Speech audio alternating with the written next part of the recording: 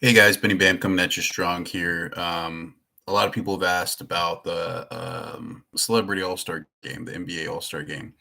That's something that is obviously, they went to this team captain East versus West model, which we saw, people like Giannis and LeBron picking their teams, kind of more like a pickup game.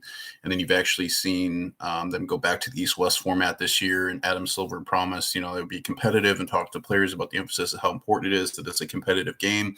And then we saw that the players, like Anthony Edwards, through their own words, basically said, this isn't competitive. We don't really care and parsing his words there and what he was talking about. So how do they fix it? How do we get to the point where that goes? So it's a whole weekend with Celebrity All Star. You have the 3 point competition, which they did great things with Sabrina versus Steph.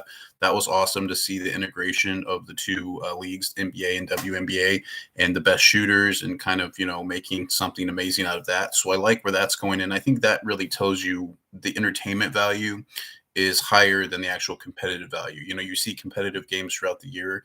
And so do you really need it to be a competitive game when it's just an all-star exhibition basically, right? And yes, you want to see the best players versus the best players, but there's other avenues now to do that. FIBA now is the best versus the best. Ever since 1992, it's been best versus best. It's not any longer just college collegiate players versus collegiate players, which is fine, but it's not the best versus the best, right? So you have the Olympics, you have FIBA, and that's where you're going to get those type of competitions, other than obviously in the NBA and the best players in the world being in the NBA and them competing during the playoffs, playing tournament and other things now that they have that actually is a competitive game and a competitive tournament, right? So I think that ultimately what it comes down to is, what's the All-Star game going to be, right? Do we want it to be competitive? I think the overwhelming answer is there's a combination that is an acceptable answer, right? I don't know if you guys remember this. Maybe I'm just old enough to. I don't know if you do, but there used to be something called the MTV Celebrity All Star Game, right? And what that was is they would take players that were older players. Sometimes they would have current players, but for the most part, it'd be older players, celebrities, other people, much like they still do the celebrity game during All Star Weekend and during that time period, which we obviously saw like Puka Nakua and Micah Parsons and people that actually can play basketball and were out there, doing that, which is great. But I think for the actual All Star game with the actual NBA players in it for the two sides, whether it's East versus West or World versus US, or however they decide to do that, or go back to the captain model, or however they choose those teams based on the performance of the season, who's going to be the actual All Stars, the fill ins for the injured guys, and the supplemental players, and all those kinds of things. I think they should go to a model where they embrace the entertainment and the current scoring prowess of the league. Guys like Steph Curry have obviously made it a huge point of emphasis as far as the scoring from the outside. So why not embrace that, right? And what I mean by that is, let's make it more of an exhibition that's also competitive, but it's also fun. So add a 4 pointer, add a 5 pointer, add an extra rim above the other rim that's a 10 pointer, right?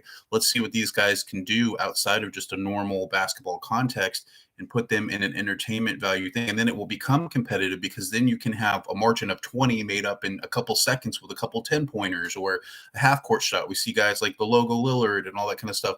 Let's put some kind of point value on a logo shot for just that one particular game, because that's going to increase viewership. It's going to be something different. It's going to be something entertaining. It's going to be something that then does become competitive, but in a different way than a normal game, right? And I think that's what's really important about the modern game and all of that. I don't think they should do that, on a permanent basis as far as extra points and stuff like that. But I think for that one particular game, it would be much more entertaining that way, to see a guy like Lillard, your team's down 20 and he comes back in the final two threes. I think that would be great. And then it would put less emphasis on and less of a microscope on the guys that aren't playing defense, because obviously they're not trying to get hurt, especially because the All-Star game has slowly gone from being kind of in the middle of the season to toward the end of the season. And these guys are in the middle of a playoff race. Their contracts depend on how they perform during these times.